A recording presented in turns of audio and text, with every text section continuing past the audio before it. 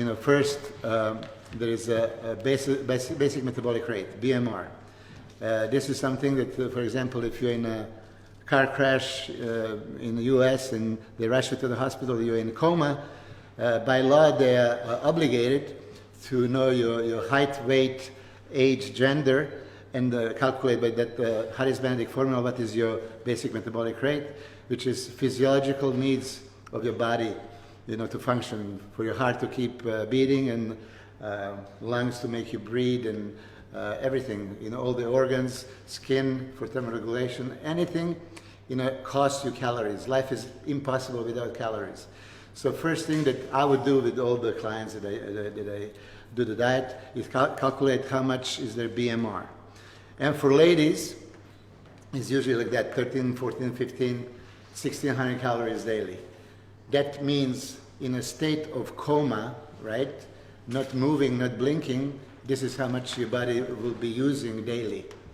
And as that example I said about Monica, she was eating only 1300 calories, and keep in mind she had 4 hours of physical activity.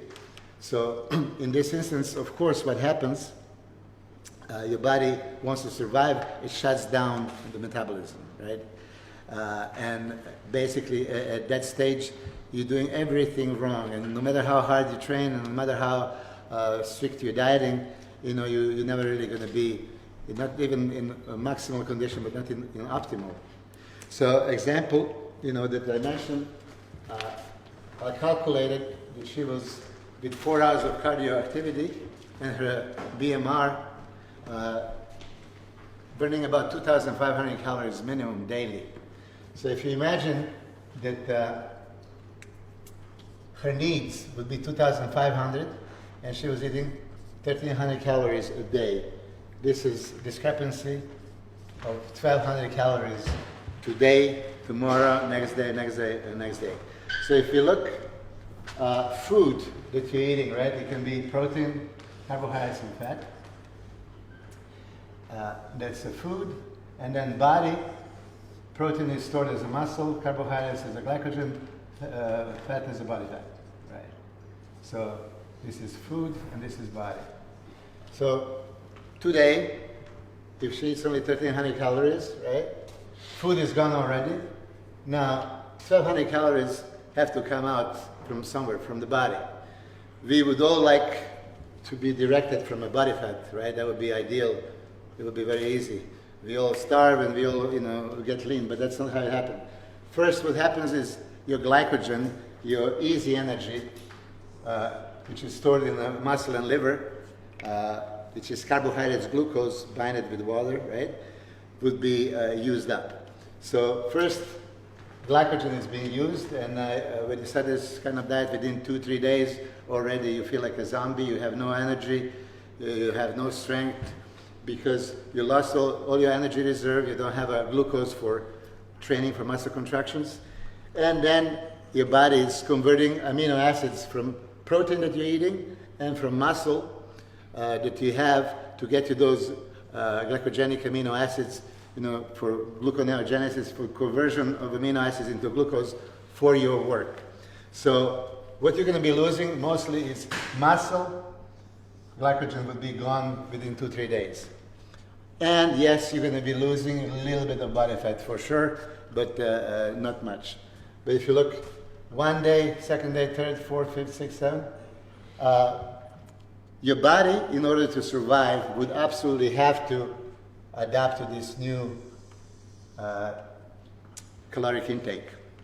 So what will happen with the girls if you guys competed so many times and you started a diet, even that wrong diet, yeah, you're going to lose weight, of course. Glucose is binded with water, right? And then when glucose is used up, water is released. So a lot of water weight you're going to lose. But you step on the scale, and usually ladies, when they step on the scale, they're happy, I lost 2 pounds. So think this is working, right? They continue. But keep in mind, you are destroying metabolically active tissue, which is muscle tissue. And this is why bodybuilders like Zack, or anybody that has an extra lean body mass, muscle tissue, which takes about 69 to 90 calories per pound per day. So for him to that muscle to exist under the skin has to be fed. So this is why bodybuilders eating 5,000-6,000 calories, right? Because we need that for maintenance of that lean body mass.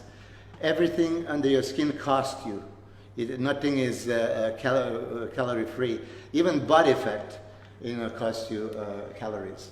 It's about 3 to 9 calories per pound per day. But metabolically active tissue is muscle tissue. So this is what really makes your metabolism. So in this instance, what's going to happen?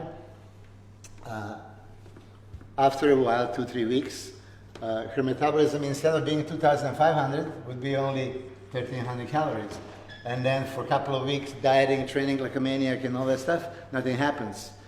And then, again, perfect wizard nutritionist would tell you, you have to drop the calories.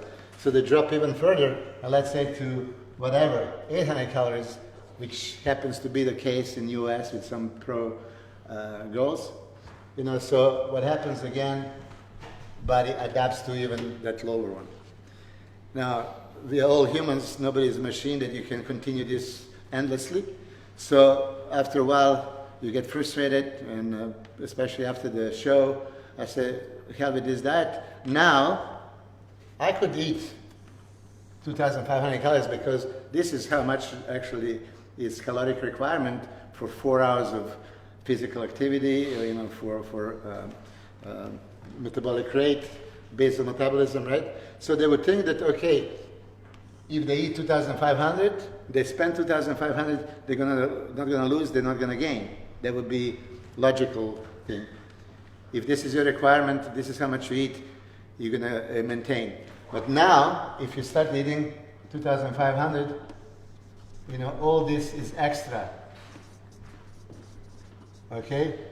All these extra calories right now is going to be picked up by the body like a sponge, and it's going to all go in the energy reserve. So it's going to be, your glycogen storage is going to be filled up, yes, but your body fat is going to be accumulated like crazy. So that's that yo-yo diet, and this is why many competitors right after the contest blow up. So for me, this is really hard to watch, because I know how much professionals are dedicated to training, and really it's just that missing link that they don't want to think about this. I promise you, 100 out of 100 times this is going to happen for whoever is dieting on a super low calorie diet. There's no way. So this is very inefficient. How would be efficient? You have to actually find out first what is your BMR. If it's for a girl, 1,500 calories, or for guys, let's say 2,000. For Zach is close to 3,000, 2,800, for example. You would be able to calculate, divide this by 24 hours a day. This is for girls maybe 50, 60 calories an hour, and for guys 100 and more per hour. This is in a state of coma, which is basic metabolic rate. When you're sleeping, it's resting metabolic rate, which is still higher than this, but not very much. But it's even when you're sleeping, your body is burning more than when you're in coma, right? But what you need to consider, what is your daily energy expenditure? What do you do? So some of us only train, some of us do cardio, some of us train twice, and some of us have a physical type of work. Personal trainers, if you do spot your client and all that stuff, you're burning much more calories than if you're a secretary, going on computer. It's a general rule of thumb, and it's accepted that the second you wake up, your metabolism goes up about 30%.